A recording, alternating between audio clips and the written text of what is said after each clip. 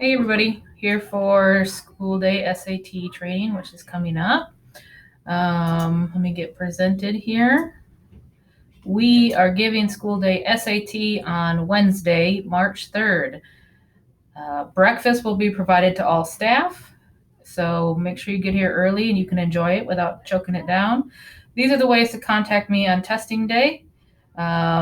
And always, if you can't get a hold of anybody, go ahead and send a note to somebody in the hallway to get me. Moving this a little bit.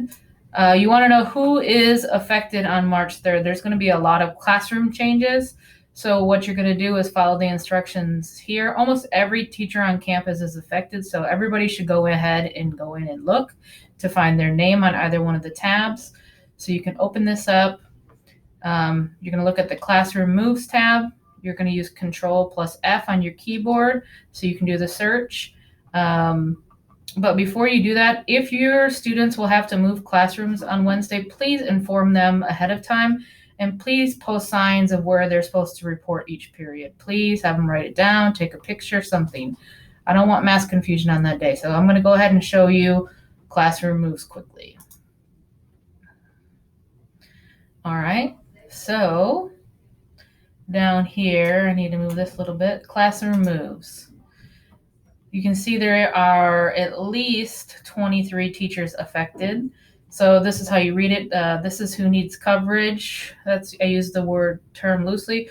Which periods it affects them. If you have a TVS section, it's not listed here. We would like you to do something asynchronous that day and not expect to see the students. Here is just a breakdown of how many students are affected that are not virtual students or 11th graders. The teacher who is covering for that situation and the rooms you're going to move to. So let's go ahead and you can do Control F. Okay, and it pops up behind here. So if you want to find, this is what you should do on every sheet I ever give you. So let's say my name is Daniel Rose.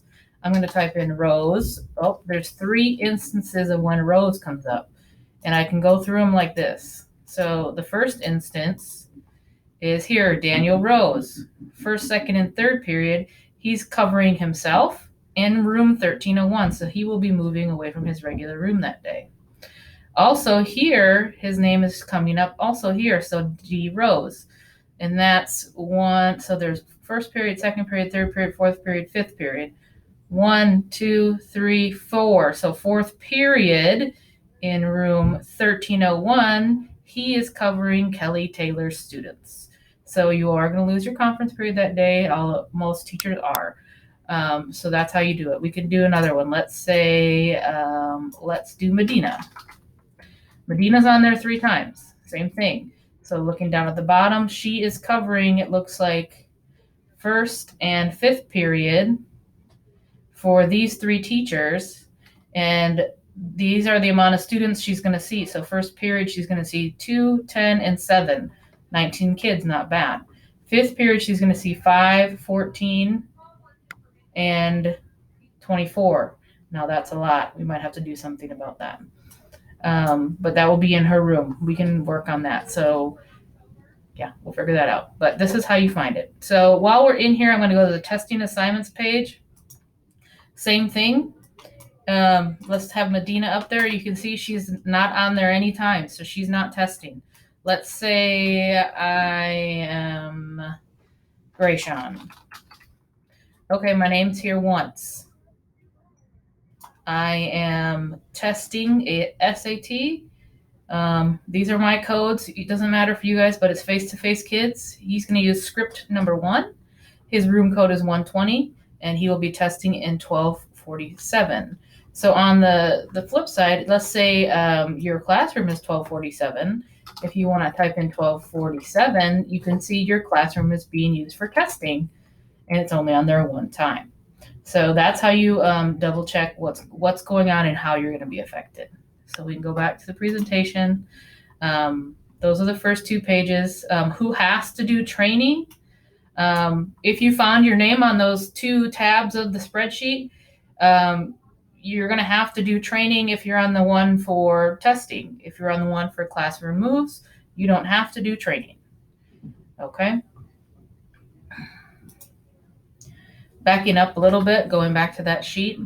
Now you also want to type in your name and see if you are maybe doing something like relief or being a monitor. So let's say Metcalf.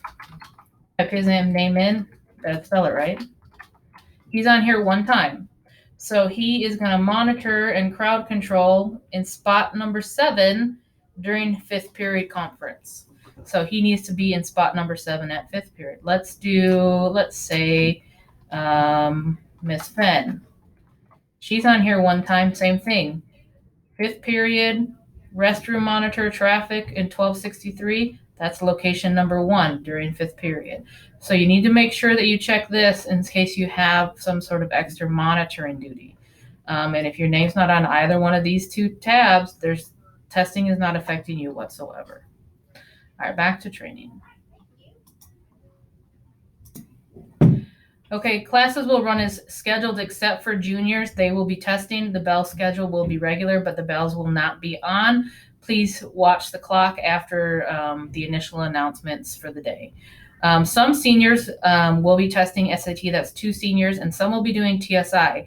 They will receive a sort of testing ticket and will be pulled out of their regular classroom. We do not have that schedule ready yet. We're working on it with the Snowmageddon last week. We lost a lot of time. But they will be marked as testing in eSchool, so that'll be another indication. After testing is complete, we will return to 6th and 7th period as normal. If something happens, we will email the staff or make an announcement. Students can find their testing locations starting Monday. I will publish that in the usual 3 locations for them to look at their ID number. If there's a kid who's a junior and can't find his name or anything like that, send them to me, email me their name. I will investigate it. Things always happen.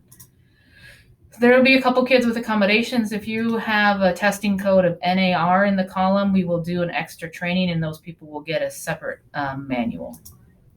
Lunches on SAT day, the plan is 9th grade lunches, 9th for the first lunch, 10th grade for the second, 12th grade for the third, and SAT testers will go at the last lunch. All athletics will do this period. If you have a mix of kids in your class, if you don't mind sending a few at a time, or if you go with the majority, go ahead and go with that for the day. If you have any questions about that, see me or Mark. Preparing testing rooms. If testing is happening in your room, it's your responsibility as the room owner or tenant to prepare the room. That should be done by the end of the day, Tuesday, and you should have gotten a pink sign in your mailbox. Make sure you've done all the things on there. Check it off, sign it. Principal will come around 3 o'clock. So please be ready. Pretty please. If you have any questions, let me know. All rooms must have a clock that's operating. If you do not have an operating wall clock, Circle Guy, old school, please let me know. If you need a battery, let me know now. I'm ready to give you batteries. If you don't have a clock, let me know. This is how the room should look. All desks facing the same way, equidistant apart. It's okay to go all the way up to the wall. Some of our rooms are smaller than others, as long as people can still pass through. This is what the manuals look like. You should have gotten them in your mailboxes this morning if you're affected by testing. All students will have a sticker on their answer document that looks like this. Here's a sticker at the bottom over here. It has more information than usual, so there's less bubbling needed by students. There's their name, ID, address, gender, school code, date of birth, their ID number, their address, all sorts of stuff is on there, so there's less bubbling required. And that will be in the directions. A few kids will be hand bubbled, but I will deal with that and they won't have to. Your testing manual, you got the full book. You're responsible for reading it all. I would review pages 9 through 15 before March 3rd. It's just some things about testing that you need to review. The modified script is our favorite baby of all this testing. Here it is. You should get one of those in your box later on today. In there, it is step by step of what you have to say. There are 61 steps that you will read out loud to students and not modify, ad lib, skip, or change. You will do them in the order they are listed. Please review it carefully, read it aloud at least one time before test day, make notes, ask questions, ask, don't assume, and when you are not prepared, kids can tell, and they will tell me every single time somebody tells me, and I know you guys, I say that all the time. So please be prepared with your modified script, but also have your coordinator manual to access for any other questions. Test security, obviously it's your job to maintain test security, counting materials before, during, and after, never leaving them unattended, and only teachers handle materials. Kids are not passing out materials, ever. Kids should never walk out of a room with a book. They shouldn't even walk over to your desk. They should raise their hand and come to you. You're the master of the tests. Here's a list of your proctor duties. Test security, actively monitor students during tests and breaks, keep track of materials, read the script ahead of time, correctly time your sections, report any suspicious activity to the coordinator immediately, and then report irregularities as necessary. We'll do an irregularity report if we have to after testing. Here's the timing for the day. This is the breakdown. It's very simple. We are not doing the essay. But students, after 7:45, we're not letting anybody else in the rooms. You should go ahead. So as students are coming in, you should be taking care of all these items listed here. You should be able to get started at 7:45. Definitely by 8 o'clock beginning. That kind of gets us to about 11:45, gives us some time to get organized and do all the things you're required to do. And we'll go to D lunch for testers. So the students will take all the materials with them. Okay, the seating chart is different than usual. You need to write the serial number for the test book on the seating chart, as you can see here. There's not names. I personally would put the serial number and student initials or first name, last name, whatever works for you, but you should be able to set this up prior to students entering the room. The best way to distribute books is in a snake like this. You can see the arrows on the seating chart. Okay? That's what I would suggest. Also, now if you assign a serial number to every student prior to testing and you have 3 absent, when you have to fill out that final form about which books you used and which books you didn't, gets a little tricky. So you might want to just wait, and so that the last few serial numbers aren't used and it's easier to make your chart. So serial numbers are huge, and you must do this before you turn your stuff in. All right. A couple other things. There's a calculator acceptable use. Almost everything is good as long as it doesn't access the internet. If you can't figure it out, send the kid down to me quickly, but do not hold up testing to the point where, it's 20, 30 minutes about a calculator, if you get my drift. Nothing that connects to the internet, no phones. Here's a timing chart. If you need the assistance of figuring out how many minutes into the next hour, whatever time you stop reading the instructions and say start, you look down this column, and then it's section 1, 2, 3, 4, and nothing for the essay. If you need help understanding it, I can help you. Okay, these things must be on the board. Must be posted on the board for all to see. School address, school code, the room code, which should be on your testing bin, and the current section and the current time of that section. So every time you start a new section, you need to change the name and update the times. And then obviously the date needs to be on there also. This is the other report that you have to do at the end. It's called materials report. It's on page 55. It doesn't have a number this year, but it's the last page. Okay. You have to fill all of this information out before you return to the testing room. It helps you track all of your books and the serial numbers. So take the time to fill this out before you come in. In your modified script, there's a sample of what it looks like. All of this information has to be filled out. I don't want you to rush, don't want you to guess, but I want you to ask questions, please. All right, testing bins. Anything in the bin can be used for testing. Please do not allow highlighters, no dictionaries, no rulers, no scratch paper. None of that stuff. If it's in the bin, you can use it. Please pick up your bins in the testing room in the morning. Test books. Always keep an accurate count. They should be handled only by the proctor. Collect books in the same order that you handed them out. We do have to return these books to SAT. And do not bring test books back with answer documents inside. This is a rookie teacher mistake. Please don't do that. And recount your books before leaving the room. Scantrons. Oh, look at that guy. The proctor must hand them out individually. You do not lay them on student desks. Before turning in answer documents, check the following: form code, test ID, serial number, testing room code. These items are all on the back of the answer sheet, and it's steps 30 through 34 in the abbreviated script. Now, if you fail to do that when you come back to the room, that means you didn't do your job. Please do your job. And don't forget your discount double check. Those are, if we don't have those codes filled in, the kids' test cannot be scored. Organize your answer documents in alphabetical order according to your testing roster if you don't know your A, B, C's.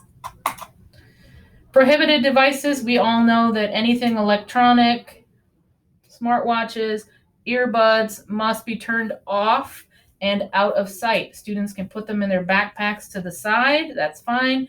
But you need to make sure they are powered off. Powered off. If a student gets caught with a phone during SAT, their test is invalidated. They're very serious about devices during SAT.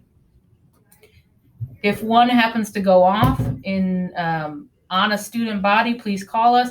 If one goes off in their bag to the side, please just have the student get up and turn it off and, give them a little slap on the hand. Not really. Just tell them that it'll be okay. You just need to turn it off, but it's going to interrupt testing. That's why it's important to power them off beforehand. Testing irregularities. Anything that happens, you call me and say, this happened. I'm going to go and I'm going to search in the irregularity chart to see what to do.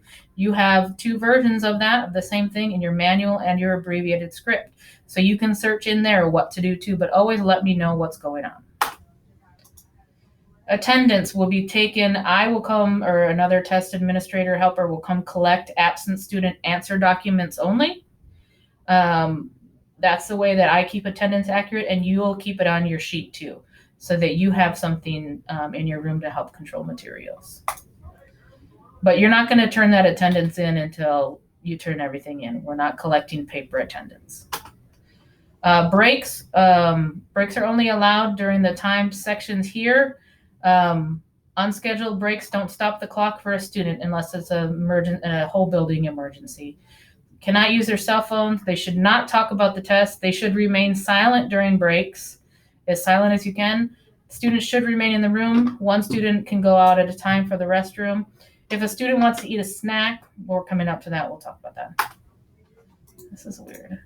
Snacks are permitted during breaks only. During breaks only. They can be eaten outside of the room or away from testing materials. Snacks should be put in the designated area, whichever you choose, away from testing materials or outside of the room. Please follow the guidelines in the book, but we do not want snacks at desks. When the test is over, it tells you exactly what to do in your manual. But reiterating here, the fields that need to be checked, materials need to be accounted for, and you're going to return them as soon as you can. Hopefully there'll be some staff members in the area that can watch your room while you return materials if lunch hasn't started yet. Restroom monitors, please allow one student of each sex into each bathroom at a time. If lines get long, you may prop the door open or hold it open. Tell students to stay silent and take care of their business quickly. But students should remain quiet while they're waiting for the restroom.